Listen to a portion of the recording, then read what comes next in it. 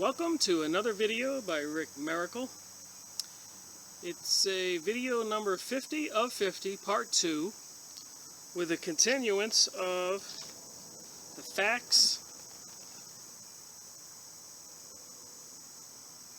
of psychic science and a review of many of the books that I've gone through in the past 49 videos and some other information. So I thought I would just read a little bit from this right away. Page 87, Chapter 9, Clairvoyance and Lucidity is the faculty by which a medium is able to perceive things beyond the normal range of the senses, transcendentally and independently of the original sense organs. In its wide meaning, it embraces a variety of psychic phenomena such as telepathy, precognition, and psychometry. In its limited sense, it signifies the faculty of seeing things invisible to the normal eye, clairaudience being the faculty of hearing sounds inaudible to the normal ear. Both faculties often coexist. The visualization of discarnate spirits, people who are not alive, dead people, discarnate spirits is a familiar form of clairvoyance. So the visualization of discarnate spirits is a familiar form to clairvoyance. So seeing dead people, ghosts, is a familiar form of clairvoyance. The visions are seen subjectively, for the medium will often close his eyes the better to see them, but the effect, whether of sight or hearing, is just as thought the ordinary sense organs were in operation, as though the ordinary sense operations were in operation. So when you close your eyes and you see these entities, ghosts, spirits, it's just like you had your eyes wide open and your ears wide open, and you were hearing and seeing. The sleepwalker who moves about with closed eyes sees clairvoyantly. So when somebody is sleepwalking and their eyes are closed, they don't fall or run into things. They can see what's around them without using their eyes. And so also do some subjects of hypnotists, for the two states are practically identical. So again, the facts of psychic science, things people don't know about reality that it appears to me they should know, and might explain a lot of what's going on in our world. While many mediums can exercise their clairvoyant faculties without the intervention of external spirits, there are others who are very evidently instructed by their spirit guides. You hear a lot of people talking about they have spirit guides or guardian angels. So anyways, moving on. From among the numerous spirits which the medium sees, standing by friends in the audience, so the medium will see people sitting in the audience and they'll see a spirit standing by the person. He will select one after another, describe its general appearance, features, dress, attitude, etc., give names and convey messages from it to its friend. The fact that the medium actually sees the spirits he describes is often proved by showing him later a number of photographs, when he will at once pick out that of the deceased friend, if it be among them. Pet animals are often also seen, described, and recognized. So not only can the clairvoyant or the medium see a friend of yours who's deceased in your presence, they can also see animals, so it says in this book.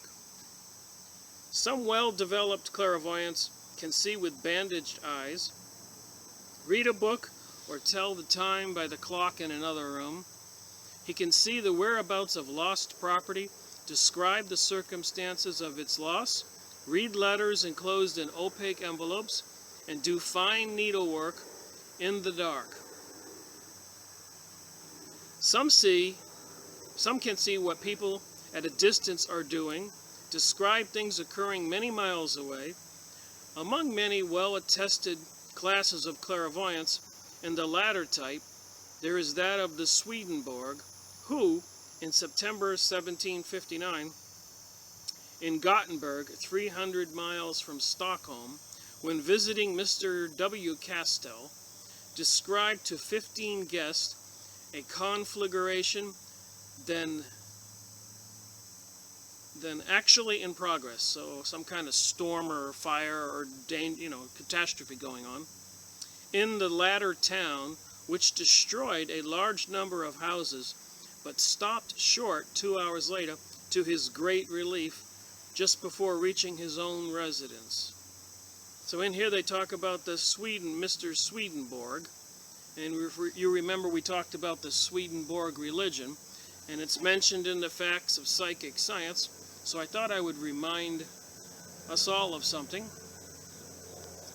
We discussed this earlier in a previous video. The Swedenborg religion of the Swedenborgian Church. And what I would like to point out is George Bush, great-great-great-grandfather or grandfather's brother named George Bush,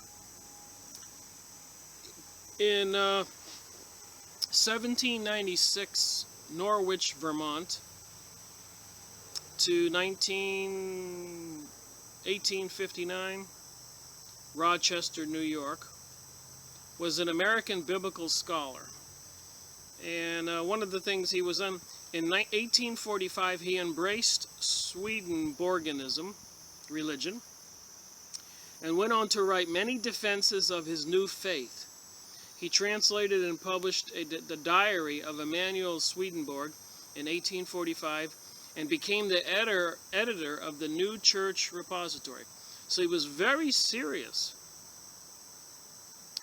And it says here, in 1844, George Bush, senior, 3 or 4 generations back, published a book entitled The Valley of Vision, or The Dry Bones of Israel Revived. In it, he denounced the thraldom and oppression which had so long ground them, the Jews, to the dust, and called for the elevating the Jews to a rank of honorable repute among the nations of the earth by restoring the Jews to the land of Israel, where the bulk would be converted to Christianity. This, according to Bush, would benefit not only the Jews, but all of mankind, forming a link of communication between humanity and God. It will blaze in notoriety. It will flash a splendid demonstration upon all kindreds and tongues of the truth. So when we see what's going on in Israel, and then 9/11 and Bush and Cheney and everybody covering up all the evidence, going immediately to war with all the Arab nations, and then we learn that they're part of the Swedenborgian thing for generations, I think it's noteworthy to know that. So anyways, back to this. Page 88, Facts of Psychic Science. It just mentioned, the psychic ability of the Mr. Swedenborg. Alright, at the request, so I guess if you can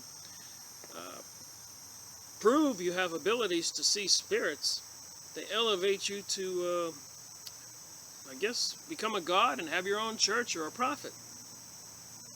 And then George Bush, senior, great-great-great-grandfather, becomes a professor and a follower of yours, and wants to bring the Jews back to Israel because of the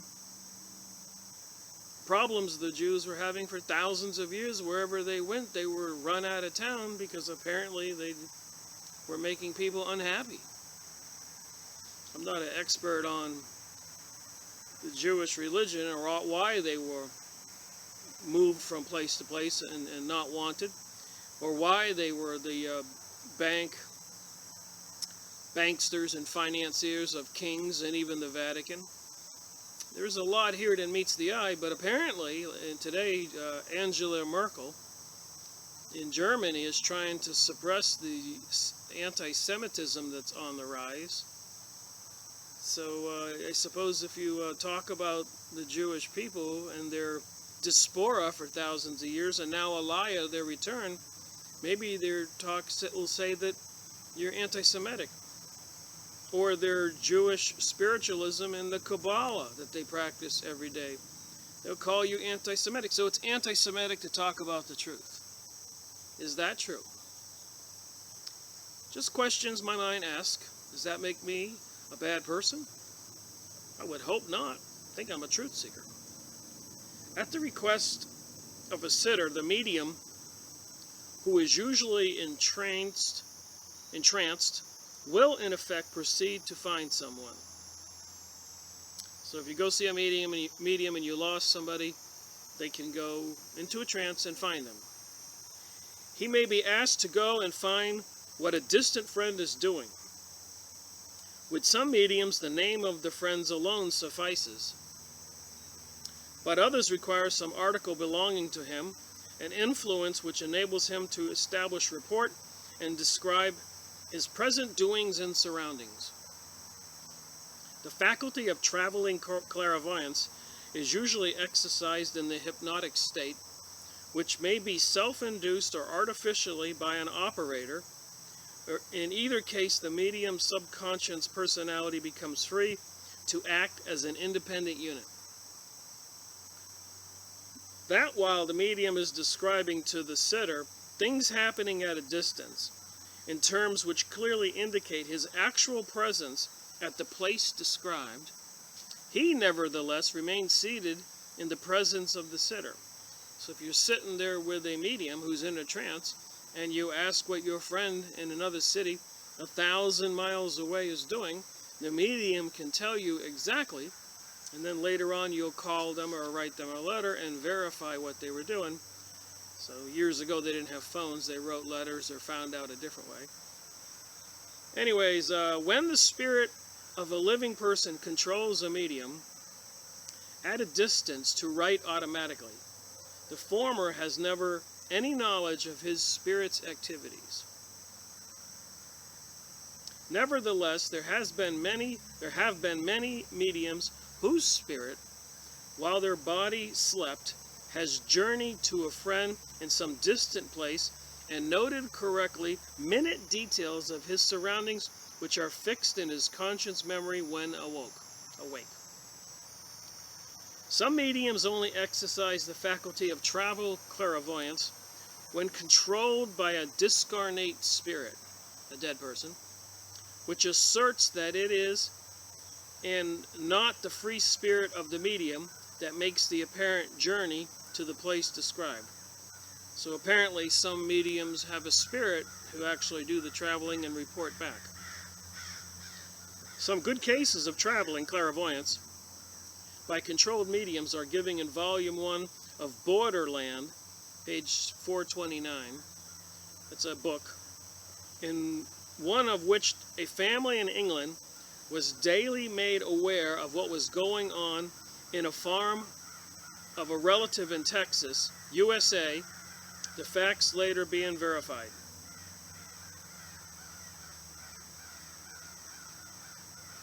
So they were in England, and they were having a medium to report in what their friends in Texas were doing, how they were doing, what they were doing. The following experiment was recorded by W.T. Steed when in the USA 1894 he visited the medium, Miss Slowson, in Chicago, who, when controlled, told him she could go anywhere he pleased and describe what she saw. Stead then merely asked her to go to his office in London, so they're in Chicago, USA, and tell him what she saw there, whereupon she made the following statement, and much more of a private nature, which was taken down in shorthand and which Stead described as accurate. So there you have it, a little bit more of the facts of psychic science, what they can do, which is relative to all of the craziness I feel is going on in the world. And then, of course, we have Tim Reifat's. These are books that I have already mentioned in previous videos. I'm just doing a little synopsis here. And he worked for how to use military psyops for a competitive edge. So he's teaching corporate people, CEOs and leaders, supervisors, how to use remote viewing, leaving your body and looking at other people, to help improve your business. Spying on the enemy, maybe. Remote viewing is the ability of psychically view distant locations. Remote sensing is the ability to scan the minds of others. These techniques, collectively known as PSIOPS, PSYOPs, may sound like fantasy or fiction, but governments worldwide have admitted to using them to gain an edge. And I believe Mr. Reifat has schools, or some of the other remote viewers who are retired from the government or quit, where they teach this. And that was one book. Here's another one of his books. Now that one was for the corporate. This one here is at the height of the Cold War, the Soviet Union and later the United States developed a new and terrible form of psychic warfare called psychotronics. The school of espionage included remote viewing, ESP, psychic spying, telepathy, hypnotists, and even remote killing. So it says here. And you can see I read these books. Got my little tabs on there. Remote viewing not only charts the history of psychotronics, but using previously classified U.S. government documents, reveals specific incidents in which it has been used. Tim Reifat has mastered the art of remote viewing. He provides scientific explanations on how it works and detailed instructions on how to learn the technique.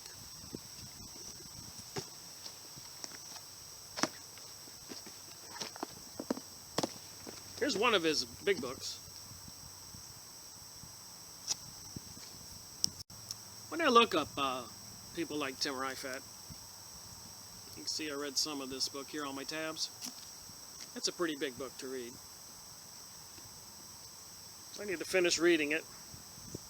Psychotronics, page 37. Devices were designed to kill or disable humans, then tested out on enemies of the state. Telekinetic experiments were carried out to see how much damage a paranormal adept, remember in Masonry, Freemasonry and Illuminati and Rosicrucians and all the occults, the new people who the initiates are called adepts. The damage a paranormal adept could cause to an untrained victim by use of mind over matter. Condemned prisoners had brain capillaries ruptured by telekinesis, was also used to stop their hearts, bringing on a heart attack. Kalalinga's highly publicized ability to affect living tissue might be applied against human targets. So it's a little scary here towards remote viewing, that should you be a researcher and be making videos telling the world about things that people at large do not know and waking people up, could they use a remote viewer on you to stop your heart and kill you? Alright, anyways, this is a recap of stuff I've done. Mysterious detectives, psychics. So police departments,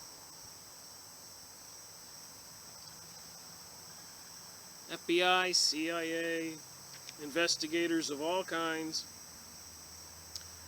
have been using psychics to solve crimes. Which should be an alert to anybody who considers a crime, because you really can't get away with it.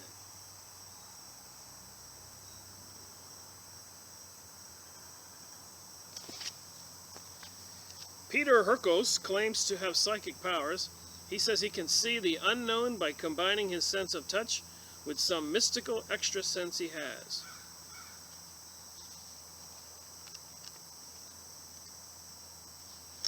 They hear the police use that stuff. They asked the psychic to describe the person. So again, think twice. Here's another one we reviewed. David Morehouse. This is my tabs. You can see how much I read, all of it, I think. And Psychic Warrior. Inside the CIA Stargate program, the true story of a soldier's espionage and awakening in it. So anyways, if I just look around here and see what it says.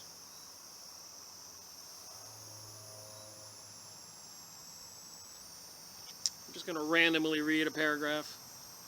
I listened to one of the focus tapes I had been given to help me relax. So they have these focus tapes you listen to help you relax so that you can go into a trance self-induced. That's what the military trains people to do. The tape carried both audible and subliminal messages. Certain tonal frequencies on it were specifically designed to help merge the brain waves of the left and right hemisphere of the brain. This helped the viewer to achieve an altered state. As I was cooling down, I could hear the tones in my biofeedback mechanism sounding the current wavelength of my brain. The target was a theta wave. I was now functioning in beta. So when you're awake right now, like I am, I'm operating around 17 to 30 cycles in my brain. And if I were to go in a chair and just relax and stop thinking, that would probably be 7 to 13. So that's 6 cycles. And then if I were to really lay down, close my eyes, and try to go to sleep, but not asleep, I would be between 4 and 7. And then if I was really to be sound asleep or in a trance, I would be 0 to 3. And I found a way to remember the names. I call it a D-tab, like the tab drink you drink. So the D-tab is D for Delta, state, 0 to 3. T, D-tab. Tab is 4 to 7, theta state. And then A is 8 to 13, alpha. And B is beta, that's 14, 15 to 30. D-tab, so that's how I remember the different states. Learned that a while ago. Alright, and then we remember doing Whitley Strieber's books, Communion and Transformation. See all the tabs I read. I haven't read all of this one yet. Take the time to do it. But in Whitley Strieber's books of alien abductions and visitations and all that interaction and UFO sightings, what struck me is it certainly seemed like they were interdimensional spirits, like we're seeing here with the psychic research, psychic science, because Whitley describes these entities as walking through walls, appearing, disappearing, reading his mind, communicating with telepathy. So as I continue to say, it seems to me the UFO alien thing is tied in with the materialization of interdimensional beings, as has been described in the past, ghost spirits, King Solomon and his magic ring, which is what all the shenanigans are going on in the Middle East right now. And they want to rebuild the third temple. Well, anyways, King Solomon had a ring with the Star of David on it, like the Israeli flag, 6-pointed star. And he could call forth demons and control them, and that gave him his power. So whether he had power of knowledge and of physical abilities, making things, materialization, I don't know. But that's what I do know, is he had a ring, and he could call forth the demons, angels, or spirits. And now in the Middle East, with all the countries in the Arab nations be taken down and the Arabs being killed at a relentless rate. One has to wonder why. And then also we reviewed HARP, The Ultimate Weapon of the Conspiracy, by Jerry Smith. I read this quite a while ago. And as you can see, in Alaska they have arrays of transmitters that transmit into the sky. And it comes from Tesla technology. And they transmit microwaves, and they can, I guess, X-ray the ground. They can microwave a whole city, make people go mad and crazy and riotous.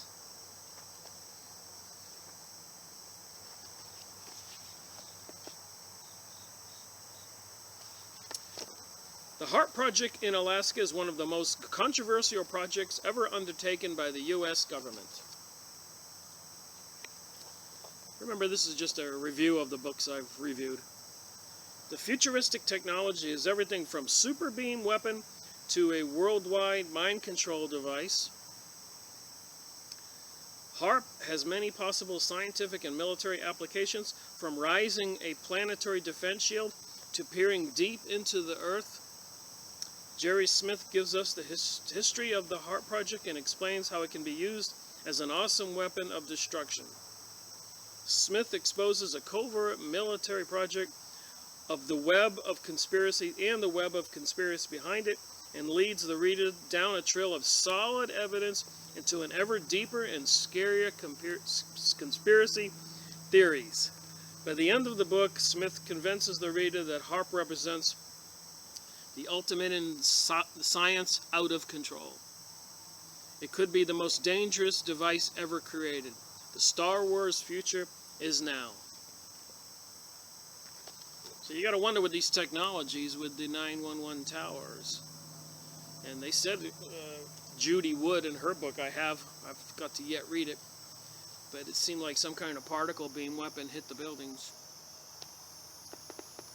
Another book we looked at was Preston Nichols. And Time Portals. The Philadelphia Experiment. The Montauk Project. I'll read the back of this. You can go online at used bookstores or new bookstores and find these books. The Montauk Project chronicles the most amazing secretive research project in recorded history. Starting with the Philadelphia Experiment, that's where they put a radar transmitter, or a dozen or so, like that HARP system. But they put the radar systems all around a big battleship, so that when they clicked it on, you know, a big, like a hum like a generator, the whole thing was engulfed in electromagnetic transmission, and the entire ship turned invisible. That was the goal. They wanted to try to find a technology to make ships invisible. But what happened, they didn't expect. Not only did it become invisible, it moved about 100 miles, and when it reappeared, some of the people were half in and half out of the bulkheads of the steel, because they had moved around when it moved, and it was, I guess it dematerialized. Anyways, Philadelphia Experiment of 1943, invisibility experiments were conducted aboard the USS Eldridge that resulted in a full-scale teleportation of the ship and crew. 40 years of massive research ensued, culminating in bizarre experiments at Montauk Point that actually tipped the powers of creation and manipulated time itself. The Montauk Project bridges the modalities of science with the most esoteric techniques, that would be spiritual facts of science, psychic science, esoteric techniques ever imagined, and finally catapults us to the threshold to the stars. We all know something is out there, but we're not sure exactly what. So anyways, out on Long Island, they have a place called Montauk. And apparently there was here's the Air Force Base. Apparently, they were abducted from the city of New York and New Jersey and many other places. Hundreds, maybe thousands of young boys, and mind-controlled them. They had something called the Montauk chair that they could put people in. There's stories out there of them teleporting people into the future and the past. Never retrieved them, by the way. Here's one of the devices. Things people don't know. And of course, we've got psychic archaeology. The Machine to the Past. So Jeffrey Goodman, I read this book quite a while ago. 10 years of research I've been doing. So anyways, he was a psychic, and he could take a pendulum or other devices doing divining, like I use a stick to find water or a pendulum. That's how I got into this research. I was investigating alternate energy, from oil or gas or nuclear power. I always wanted to see if I could design some device to generate energy from the air around us or other sources, from rocks maybe, water. I did work at a major aerospace company for 10 years. I have two two-year degrees, one of them in technology. So I was an engineering electronic technician at an aerospace company near the Space Center in Florida for 10 years. So I know a little bit. But anyways, this book tells the story. Let's read the back here. So when I talk about things, when I started making these videos, I never had to actually show you books or read from books. I could have just told you. But then who would you have believed? Would you have believed me? Where did he get that from? So that was my reason for the 50 of 50 book reviews, is I would read from the books. Tell you I read the books. And then let you decide. So, what's it, an hour of one of my videos, an hour and a half, 90 minutes, and times 50 videos. So you could watch all my videos in 2 weeks and learn what it took me 5 to 10 years to learn. And that was my whole purpose, because I don't think people have 10 years to learn. I think the clock is ticking. Anyways, in this book, an archaeologist who can construct a civilization from a stone knife, a trained psychic who can see through the eyes of the man who held it. So he could pick up an artifact from an archaeological dig, and he could see the reality that was going on around it, the people in the movement, just like you've seen on some TV shows. The result of the teamwork of these two experts is revolutionary new evidence of a now vanished continent and of a human culture far more ancient than ours. So a lot of archaeologists on their digs saved a lot of time with Jeffrey Goodman taking their maps, running it over with a pendulum, asking if there were things there, and the pendulum would indicate where they were and where they weren't, and then he would give the map back to the archaeologists. They would go out on the dig and dig in that spot, and whoa, there was the artifact that they found. Then again, we got Edgar Cayce's story of Jesus. Edgar Cayce, we need little explanation from, but he did 17,000 readings for people about their health, and then he started doing their past. And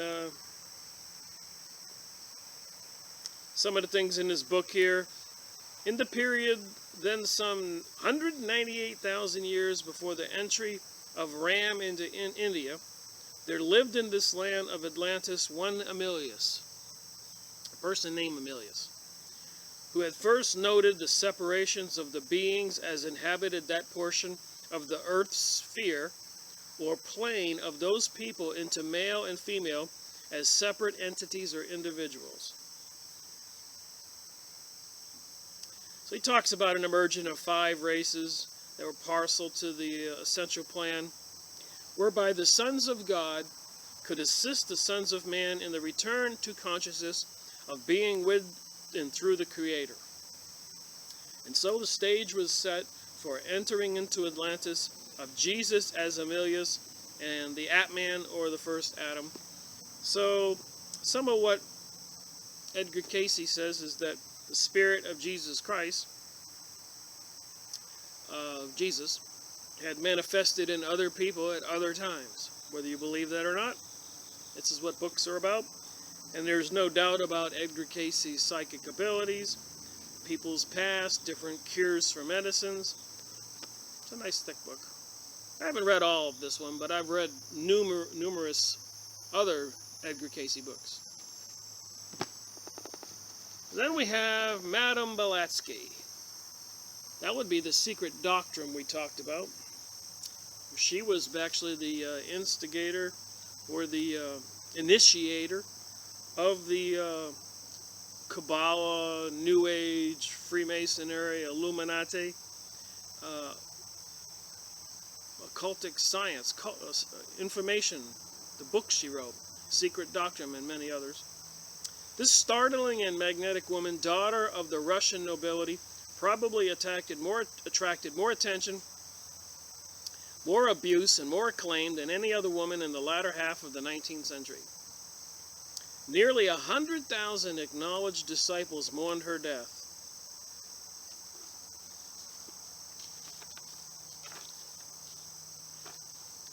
I was just wondering who published this for her. Here she is.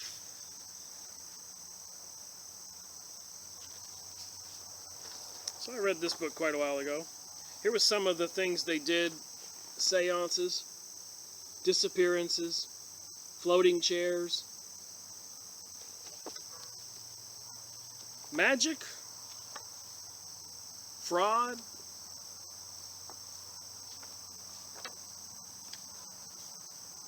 Masonic and occult symbols. Little marker I had in this book. You know, people everywhere are getting these skull tattoos and these other tattoos. If you look at them. The founders arrived back in Bombay at the end of December. The occult world. So anyways, we've discussed in my videos Madame Blavatsky several times.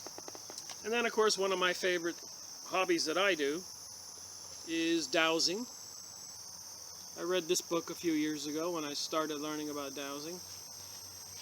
And some of the interesting things in this book was one case where this rabbi, not a rabbi, but a priest with the Catholic Church, the Vatican, Abbé Mermet. And there's a pendulum there. But anyways, in one instance, apparently there was this case where a husband and wife were killed and robbed, stabbed repeatedly by knives. And so they couldn't find who the perpetrators were, the attackers, the murderers, who had taken some gold that they had. So the dowser used the pendulum and asked which way they had went and followed them down trails. Way back then in the 1800s, they didn't have roads, they had dirt trails. And from one village to another until they came to this one old cabin. And there the perpetrators were. And so they used dowsing to find them. Radiothesiology. Radiothesis. I can't even say that word. But what's interesting about that story is the Vatican put the hush-hush on it and outlawed dowsing. They did not want that ability to be out there or known. And one only wonders what the Vatican had to hide, but their own crimes. Alright, the late Abbé Mermet was a country priest who looked after his flock with singular devotion. Following a priestly tradition, he was also one of the most remarkable radiothesists in Europe. He studied and developed the natural sensitivity of the human organism, of radiations and force fields, applying his knowledge with attested success to discover gold, water, disease, and missing persons, and of the solving of all kinds of problems. Towards the end of his life, he put down everything that he knew in this book, which has remained a classic in its field ever since.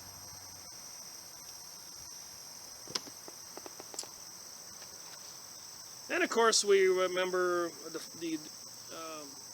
after Madame Blavatsky died, Alice Bailey took over. We did this book, Letters on Occult Meditation. And thought I would just read a little bit from it. Letters on Occult Meditation. So, the same idea of force and of magnetic currents of the solar system governs all I have imparted on meditation in all its branches, specific, individual, and collective, based on forms or formless. It is the medium through which the mantrams work. Mantrams are like invocations, incantations, where you say a magic spell like abracadabra and a door opens.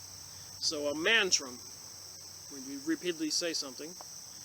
It is the medium through which the mantrams work, from those that touch the elemental lives up to the great words chanting in the rhythm that call the Lord of the Ray, the Diva of the plane.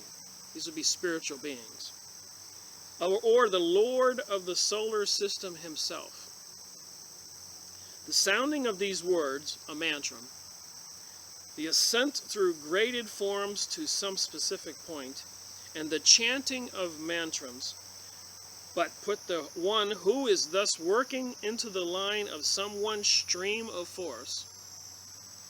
It is the finding of the line of least resistance whereby to reach some goal, to communicate with some individual intelligence, to control some involuntary life, and to contact and cooperate with some group of divas. That could be demonic beings, angels. The above digression may serve somewhat to sum up what I have lately imparted. Anet forms, mantric and otherwise, are used by the student of occult meditation. Remember Albert Pike's Morals and Dogma? That was all about Kabbalah, ancient gods, Hermetic teachings, initiation. They had adepts. So they were learning all the occultism stuff.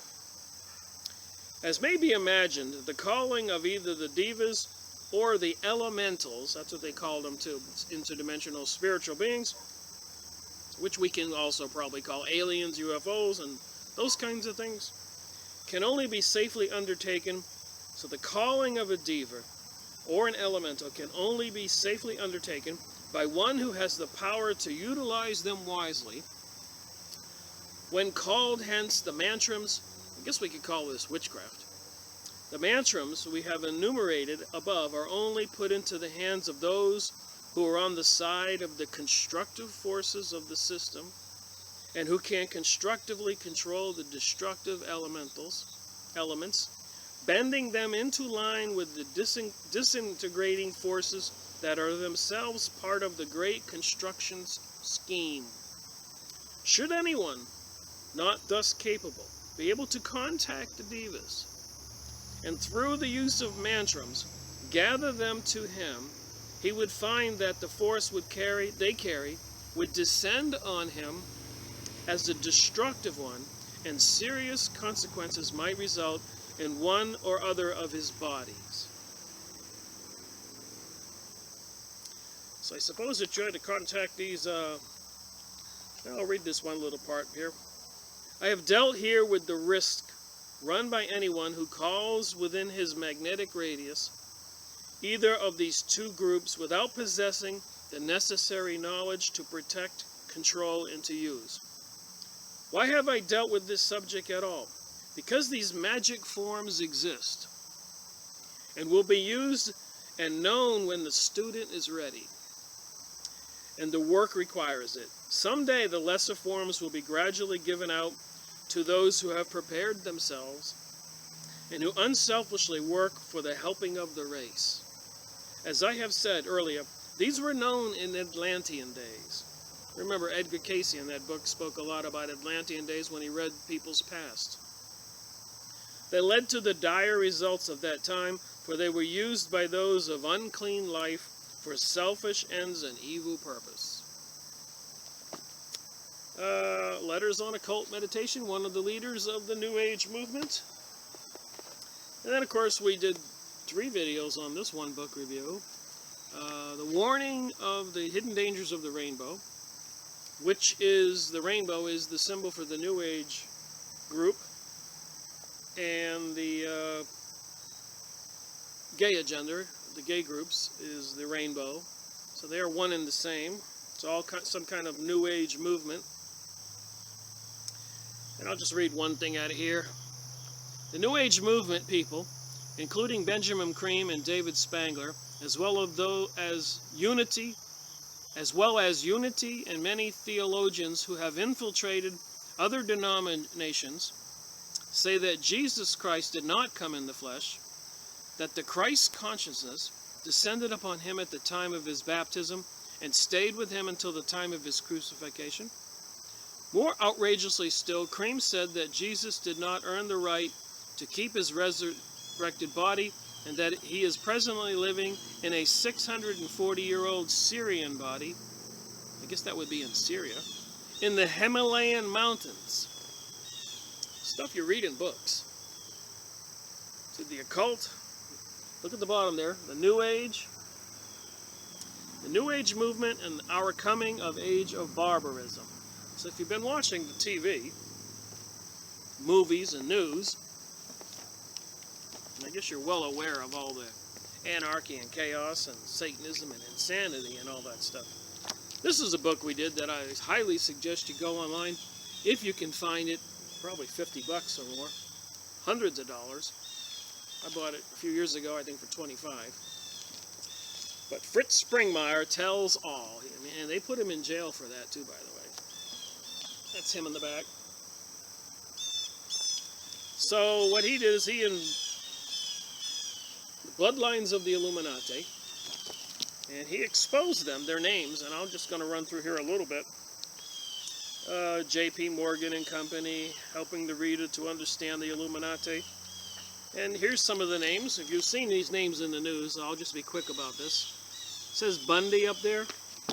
We've heard about Bundys in the news. Here's the family trees of these people he does.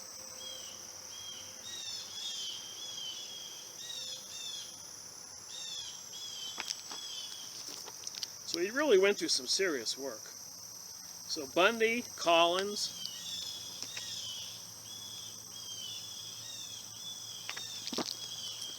George let's see, Collins here has got the George Herbert Walker Bush, Franklin Delano Roosevelt, they're all related. That's one thing he also discusses in this book, that pretty much most of the presidents are related by the family trees that Fritz Springmeier has put together. And I think the only ones he probably hasn't been able to prove, he just couldn't get the data. He can't do everything. We know how the Illuminati works.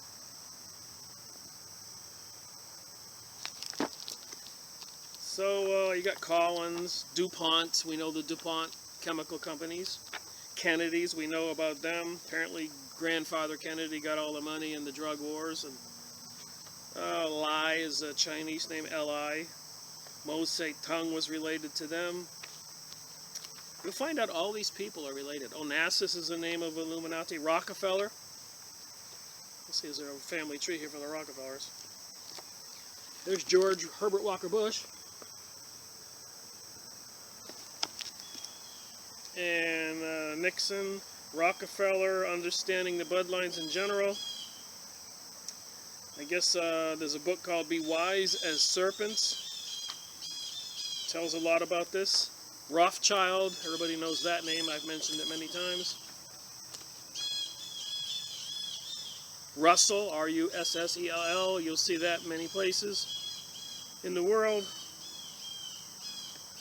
When the Berlin Conference, page 348, in 1878, like I said, this crap we're going through in the world, World War I, II, revolutions, and the stuff happening in the United States now, staffing up our police departments like they're SS stormtroopers, and looks like they're preparing for some kind of trying to crash the dollar, or import plagues like Ebola they're shipping people in town, planning exercises of vaccinating everybody in New York City.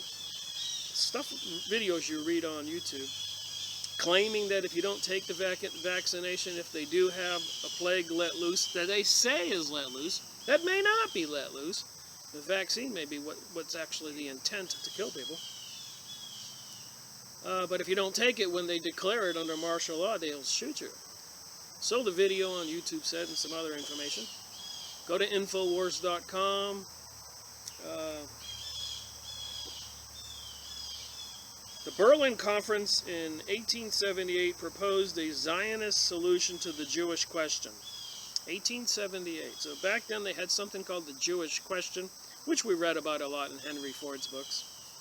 Russell threw together a hodgepodge of scripture to show that this event in 1878 had to be the beginning of the millennium day. So it's a very fascinating book, this book. Holy Vision, the House of Orange. That's an interesting family tree. House of Stuart.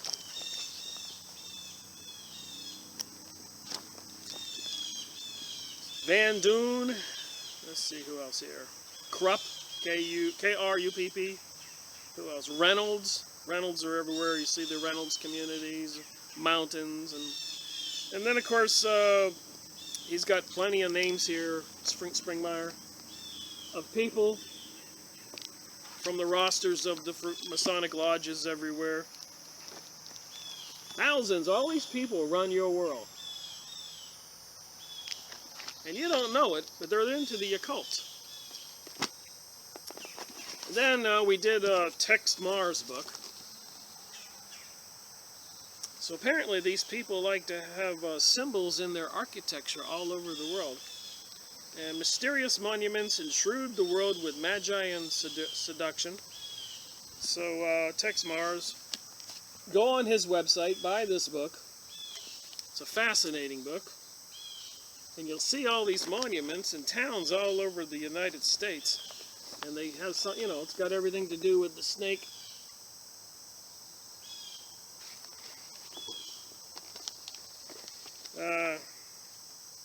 Talks about what's on the dollar bill.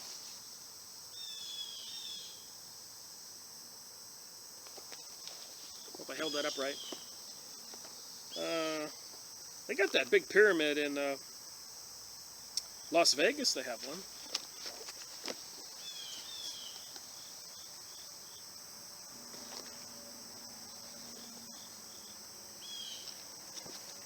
You know, they have one in I think Memphis. So if you go around your downtown city areas, you'll see things like this here.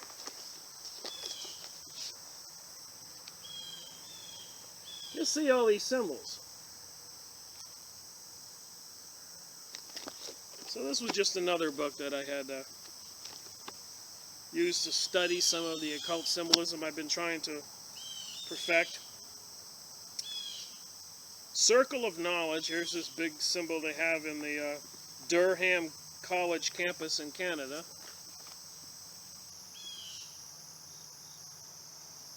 So there's a lot more going on than people know. The Pyramid Bankers Trust, New York City.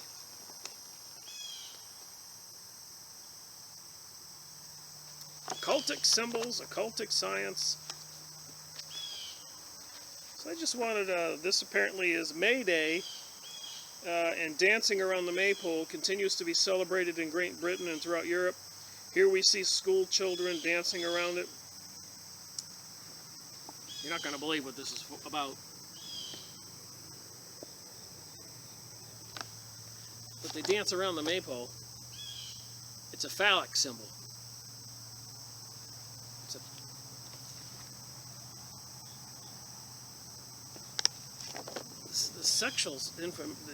Saturated with sexual imagery. The obelisks in all the downtown areas. Go down to your city square, you'll see the obelisk. And so it's all, there's more to reality than what people know. And the Egyptian symbols are in this. So anyways, get this book. And all these books. I've done this with all these books to give you the shortcut, to give you the gist of what they said. Me, when I read one book and then you look on the bottom of a book and you see a little tiny number on the bottom of a paragraph where they reference something, that's called a citation. I'm sure you know how that works. And then you look in the back of the book where the citation is referenced. It tells you where that information came from. With that said, let me finish this up with something kind of interesting. Out of all my book collections, this is an interesting one.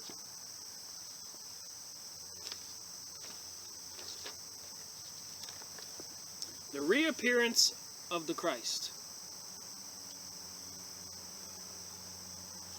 by none other than Alice Bailey, and they published by Lucas Trust, that's the publisher. And I get these on used book sites, and this one's a little creepy, this book.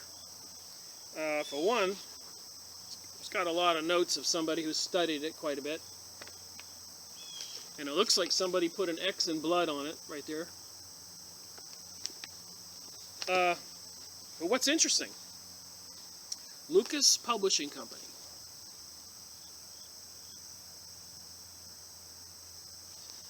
Now pay attention to what I'm about to say. If there's any doubt of my series of Freemasonry and Satanism, I hope to take away those doubts now. The Reappearance of the Christ. It looks like an X in blood, whoever studied this. And they made all kinds of notes everywhere. And right here it says, the doctrine of the coming one, the doctrine of the avatars. Remember the movie Avatar where the guy went into a box and left his body and went into the blue beings? That's an avatar. This is called the Reappearance of the Christ. So right down the ages, in many world cycles, and in many countries, and today at all, great points of tension have occurred which have been characterized by the hopeful sense of expectancy, the return of the Christ. Someone is expected and his coming is anticipated. Always in the past it has been the religious teachers of the period who have fostered and proclaimed this expectancy, and the time has always been one of chaos and difficulty, and of a climaxing point at which the close of a civilization or culture, and when the resources of the old religions have seemed inadequate to meet man's difficulties or to solve our problems. And after all that stuff we saw with the Illuminati and all the videos that I have done, we know that the problems were man-created intention to bring about chaos and anarchy. So they're saying here, when they get the chaos and anarchy to a certain level, this other interdimensional being, this savior, will come here to this planet.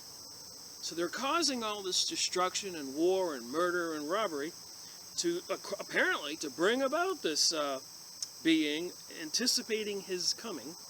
The coming of the Avatar, the advent of the coming one, and in terms of today, the reappearance of the Christ, not Jesus, Christ. Christ means the anointed one, who are the keynotes of the prevalent expectancy.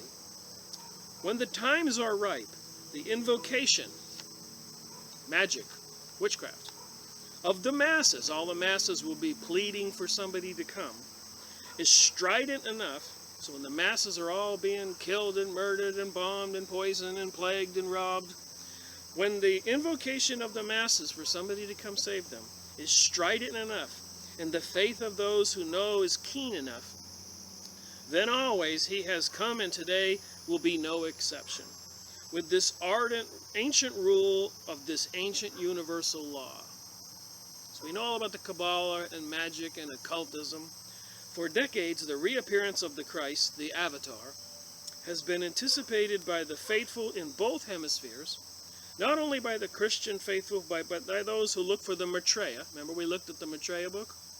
And for the Buddha Vasisti, Buddha, as well as those for the Inmamati, that's for the Hindu religion, or the, I think it's the Iranian religion, or maybe it's the Indian people. I have to look that up. Inmamati. When men feel that they have exhausted all their own resources and have come to an end of all their innate possibilities, and that the problems and the conditions confronting them are beyond their solving and handling, they are apt to look for a divine intermediary and for the mediator who will plead their cause with God and bring about a rescue. Now here's what I wanted to point out. This book was published by Lucas Publishing, saying that an avatar is going to come when chaos and anarchy and strife and everything is horrible enough.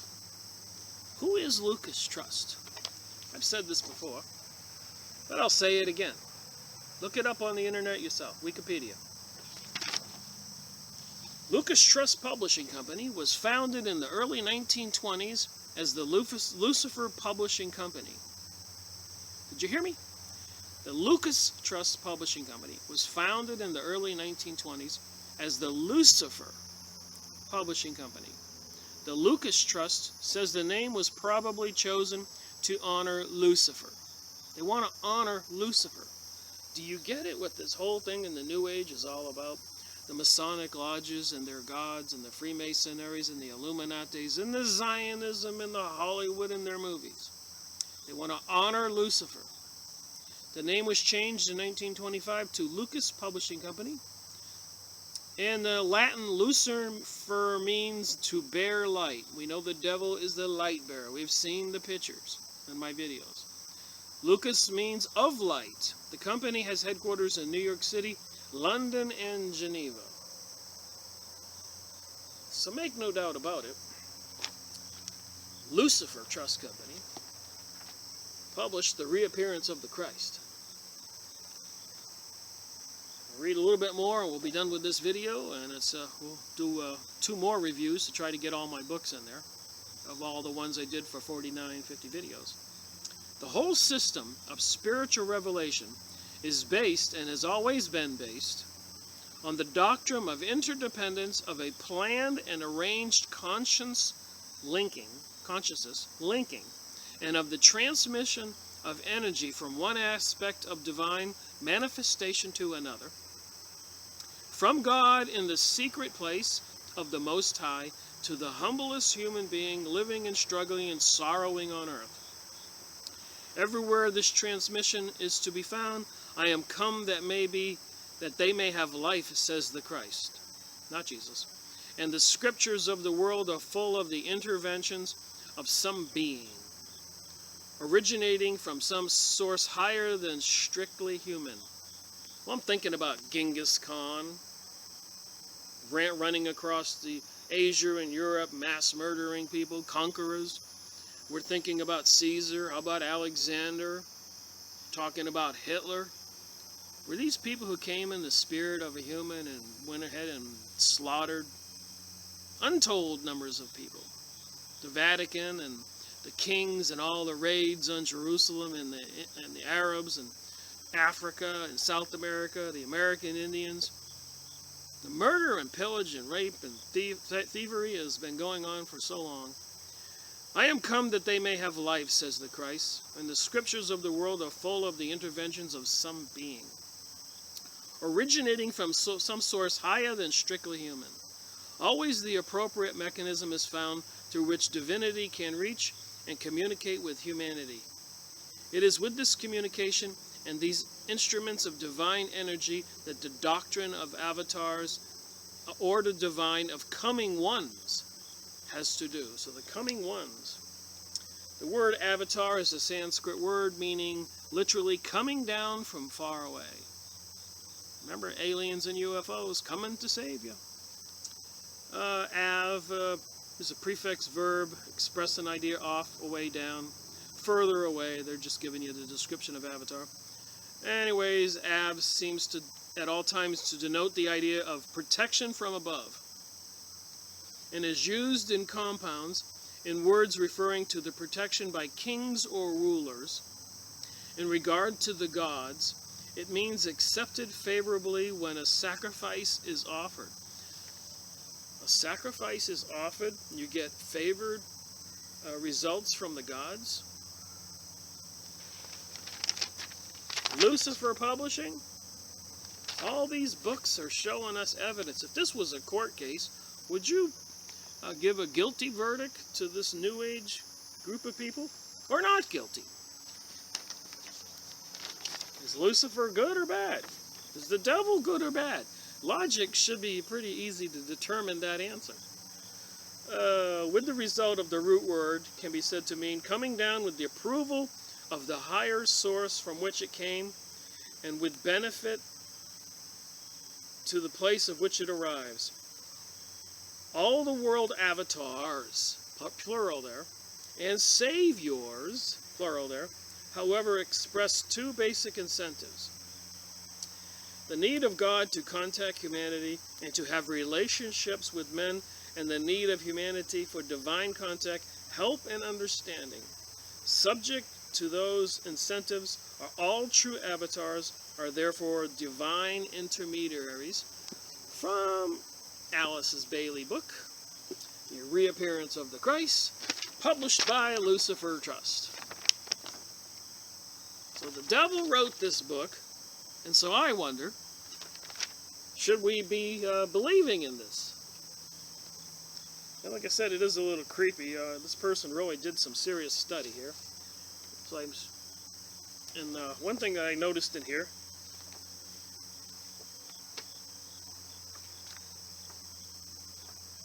that I thought was kind of important.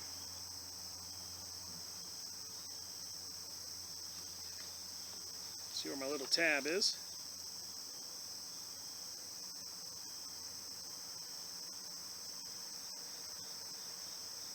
Here we go. I'll read this and we'll finish. This is page 122. It is these mysteries which Christ will restore upon his reappearance, thus reviving the churches in a new form and restoring the hidden mystery which they long have lost through their materialism. Masonry, Freemasonry, has also lost the true livingness it once possessed, but in its forms and rituals, these are Freemasonic lodges on every corner all over the world, in its forms and rituals, the truth is preserved and can be recovered. This Christ will do. He will also revive these mysteries in other ways. Not all will seek the church or masonry for the revitalization of their spiritual life. The true mysteries will also reveal themselves through science. An incentive to search for them will be given by the Christ. Only when the hierarchy is present visibly on earth, and the mysteries of which the disciples of Christ are the custodians are openly given to the world, will the true secret and nature of the electrical phenomenon be revealed. You can see all the marks and study this person did. So these initiates are pretty serious.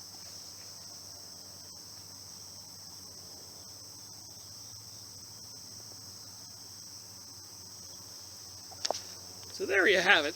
There's more to reality going on, and it seems like the devil is in the works. And those are some of the books that I have done videos on in my best I could do it way. All my videos were first runs. I didn't look at them and say, I made mistakes or I looked a little foolish. I just put it out there. I'm not trying to be a star or be a great performer. I am just trying to get the word out that people ought to pay attention. Go get some of these books yourself. Read them. And I'm hoping I'm putting the whole thing together in a package to make it a lot easier to figure it out. Because it did take me 10 years. It took me 7, 8, 9 years to even get a clue. Because I'm reading about the Masonry, I'm reading about dowsing, I'm reading about history, I'm reading about religion. I didn't get it. But at some point, like I always say, after 100 books, You get that aha moment. You go, oh my God. So thank you for watching my videos. This is number 50, part 2 of 4, so that way I can try to squeeze in all 49 plus books from the 49 previous videos I've made. And it certainly seems the Satanism and Luciferium is real. And so many people have been mind controlled, even by kindergarten school and grade school and cartoons and high school and colleges.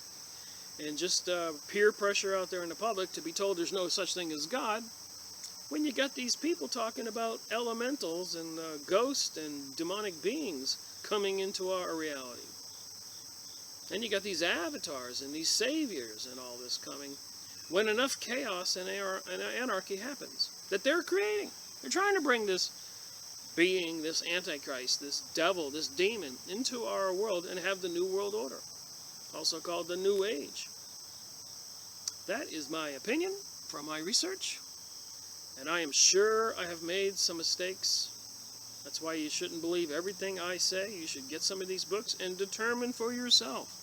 What's fascinating, too, when you do buy these books used on some of the bookstores, you never know what you find in the books. Notes, documents, signatures. So I feel it's a worthwhile thing to start collecting some of these books about on these topics, because they're seemingly becoming more in demand, and the prices are going to go up. Someday some of these books I have will be $100, $200. You won't be able to get them. They might be outlawed. So thank you for watching my video. Hope I made some sense. And may God help us all, because it looks like we're going to need it.